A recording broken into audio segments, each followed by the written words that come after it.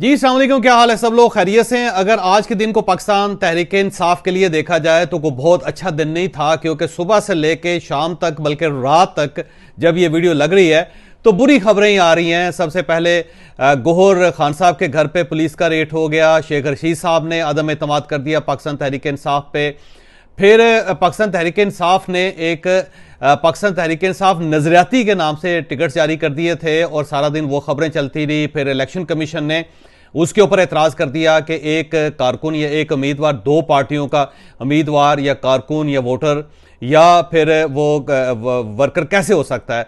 तो वो एक क्राइसिस पैदा हो गया। फिर नजरियाती ग्रुप के जो लीडर हैं अख्तर डार साहब, वो आए और उन्होंने एक प्रेस कॉन्फ्रेंस कर दी। उन्होंने कहा जी कि पाकिस्तान तहरीक इंसाफ ने हमारे नाम से जाली टिकट जारी किए हैं और ये दुरुस्त इकदाम नहीं और इलेक्शन कमीशन को इसके ऊपर तहकीक करनी चाहिए।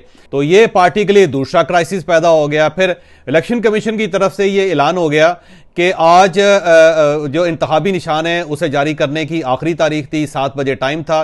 अब इस टाइम में किसी किस्म का इजाफा नहीं होगा। तो पार्टी ज़ाहिर उसके बाद हड़बड़ा पड़ी और उसके बाद जो फिर पाकिस्तान तहरीक इंसाफ को एक रिलीफ ये मिल गया कि इलेक्शन कमीशन ने जो वक्त था इंतखाबी निशान जारी करने का वो 7 से 9 बढ़ा दिया। तो इससे थोड़ा सा रिलीफ मिला। फिर पार्टी का ख्याल ये था कि चीफ जस्टिस ऑफ पाकिस्तान फौरी तौर पे अनाउंसमेंट कर देंगे, लेकिन चीफ जस्टिस ऑफ पाकिस्तान ने अनाउंसमेंट नहीं की और फैसला होल्ड कर लिया, जिसके बाद ज़ाहिर पूरा पाकिस्तान टेलीविजन स्क्रीनों के साथ लटका रहा। तो इस सारी सूरत हाल को देखा जाए तो हम ये कह सकते हैं कि आज का दिन को पाकिस्तान तहरीक इंसाफ के लिए को बहुत आइडियल नहीं था। अब जो सुप्रीम कोर्ट ऑफ पाकिस्तान का फैसला हुआ है उस पर थोड़ी देर में मैं डेफिनेटली तफसील के साथ एक और वीडियो बनाऊंगा। तो आज के दिन 2 वीडियोस होंगी, एक ये 9 बजे की वीडियो है और फिर थोड़ी देर बाद हम एक और वीडियो लॉन्च करेंगे जिसमें फैसला जो सुप्रीम कोर्ट ऑफ पाकिस्तान का है उसका तफसील के साथ हम जायजा लेंगे। लेकिन सरदस्त हम ये बताते हैं आपको कि दिन कैसा पाकिस्तान तहरीक इंसाफ के लिए आज का था। आज सुप्रीम कोर्ट ऑफ पाकिस्तान में पाकिस्तान तहरीक इंसाफ के अंदर इंट्रा पार्टी इलेक्शन पे सारा दिन समाअत चलती रही। सुबह आपने देखा कि अली जफर साहब ने दलाइल दिए और बड़े शानदार दलाइल दिए। इतने अच्छे शानदार किस्म के दलाइल थे कि even chief justice of Pakistan भी उनकी तारीफ करने पे मजबूर हो गए। हम सब ने भी देखा कि बड़े कॉन्फिडेंस के साथ अली जफर साहब बाकायदा तैयारी करके आए थे और ये वही चीज़ थी जिसका जिक्र मैंने कल किया था कि पाकिस्तान तहरीक इंसाफ ने एक बड़ा अच्छा बैट्समैन मैदान में उतारने का फैसला किया है और वो जो अच्छा बैट्समैन था वो अली जफर था और बाकायदा चीफ जस्टिस ऑफ पाकिस्तान उनकी तारीफ कर रहे थे और उनको बार बार ये कह रहे थे कि आपने बहुत अच्छा दलाल दिए। बल्कि एक जगह पे जब चीफ जस्टिस ने कहा कि ये बिला मुकाबला जो सेनेटर्स हो जाते हैं ये कैसे हो सकते हैं, तो इनको कुछ ना कुछ वोट तो पड़ने चाहिए, जिसमें अली जफर साहब का जो जवाब था वो बड़ा शानदार था। अली जफर साहब का कहना था कि जो मखसूस सीटें हैं, जो टेक्नोक्रेट्स की सीटें हैं, उनके ऊपर इलेक्शन नहीं होता और उसके अंदर ये सूरत हाल होती है कि पार्टी नॉमिनेट करती है। तो मुझे पार्टी ने नॉमिनेट किया जिसके तहत मैं सेनेटर बना और अगर आप उसको भी क्वेश्चन कर रहे हैं तो फिर मैं भी आज से सेनेटर नहीं रहूंगा। तो उस पर चीफ जस्टिस साहब ने ना सिर्फ उनसे मदद की बल्कि उनका शुक्रिया भी अदा किया कि आपकी वजह से मुझे ये अंडरस्टैंडिंग हुई, जबकि मुझे इस चीज़ का पता नहीं था कि ये भी एक प्रोसीजर है। तो चीफ जस्टिस ने अपनी जो कम इल्मी थी उसका बाकायदा एतराफ़ भी किया और उनको तारीफ भी की। फिर जो बहुत सारे नुक्ते अली जफर साहब ने उठाए उस पर चीफ जस्टिस साहब बार बार बल्कि दूसरे 2 मुअज़्ज़ज़ जज भी उनका शुक्रिया अदा कर रहे थे। तो आज का अगर मैच ये कहा जाए कि अली जफर साहब हारने के बावजूद वे विन कर गए हैं तो ये बात गलत नहीं होगी। फिर गौहर खान साहब ने भी वहां पे दलाइल दिए, लेकिन उनके दलाइल को इतने मजबूत नहीं थे कि जिसकी बुनियाद पे अदालत को वो कन्विंस कर सकते। फिर उसके बाद बार बार अदालत की तरफ से ये पूछा जा रहा था कि जनाब ये बताएं कि क्या आपने अकबर एस बाबर साहब को वाकई पार्टी से निकाला था और अगर आपने निकाला था तो आपके पास क्या एविडेंस है उसका। तो एक पुराना सर्टिफिकेट तो पेश किया गया था जो ज़ाहिर सोशल मीडिया के ऊपर वायरल है, लेकिन उसका जो काउंटर आया वो ये था कि इस्लामाबाद हाई कोर्ट ने उन्हें बाकायदा बहाल कर दिया था और उन्होंने कहा था जी आप इलेक्शन कमीशन में जाके अपना केस लड़ सकते हैं और इसका ज़ाहिर पार्टी के पास कोई जवाब नहीं था। फिर वो तमाम लोग जो जिनका ताल्लुक पार्टी के साथ है, जिन्हें पार्टी ने निकाला नहीं था, वो सामने खड़े हो गए चीफ जस्टिस के और उन्होंने कहा कि जनाब हम तो इलेक्शन लड़ना चाहते थे और हम कागजात तलाश करते रह गए लेकिन हमें कागजात नहीं मिले, लिहाजा हमें इस हक से महरूम कर दिया गया और पार्टी के वकला के पास उनका कोई काउंटर नहीं था। तो एक ये बड़ा क्राइसिस वहाँ पे पैदा हुआ। तो बहरहाल आखिर में मखदूम अली खान साहब ने दलाइल दिए और उस पर उन्होंने सब कुछ चीज़ें वाजे कर दी, क्लियर कर दी।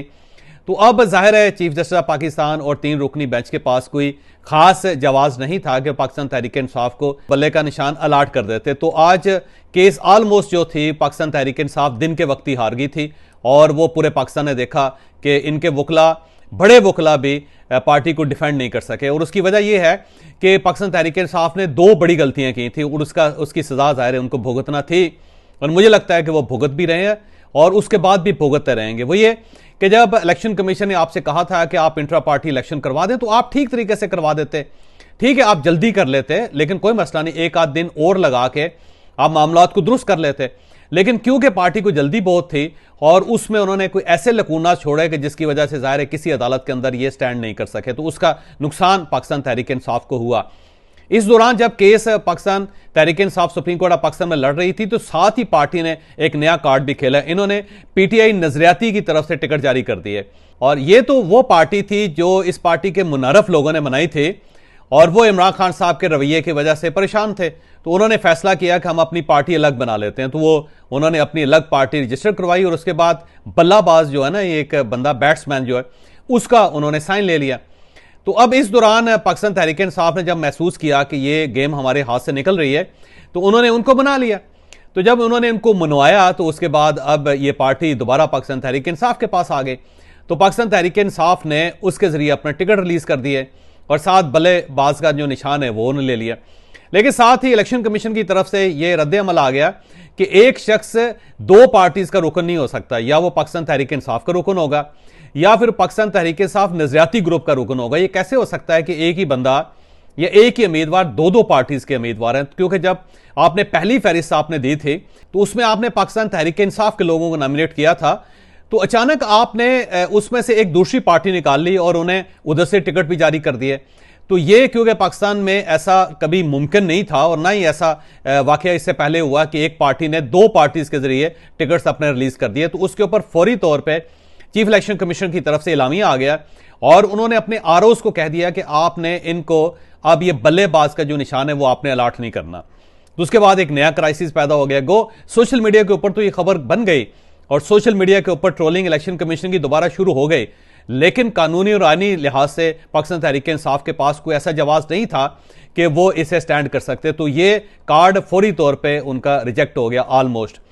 इसी दौरान जब पाकिस्तान तहरीक इंसाफ की कार्रवाई सुप्रीम कोर्ट ऑफ पाकिस्तान में चल रही थी तो 7 बज गए। जब 7 बज गए तो इलेक्शन कमीशन की तरफ से यह एलामिया भी जारी कर दिया गया कि आज क्योंकि इंतखाबी निशान जारी करने का आखिरी दिन था और 7 बजे हमने टाइम दिया हुआ था तो वो टाइम खत्म हो गया और अब ये टाइम जो है वो पाकिस्तान तहरीक इंसाफ के वकला ने अपने मुकदमे के अंदर जाया कर दिया है।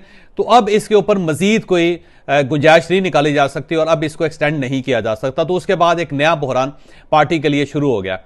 अब पार्टी को इस चीज का ख्याल रखना चाहिए था, इनके वकला को चाहिए था कि ये इस केस को जल्दी निपटा देते, ये दिन के वक्त निपटा देते ताकि अदालत के पास इतनी स्पेस होती कि वो इसका फैसला बर वक्त कर सकती।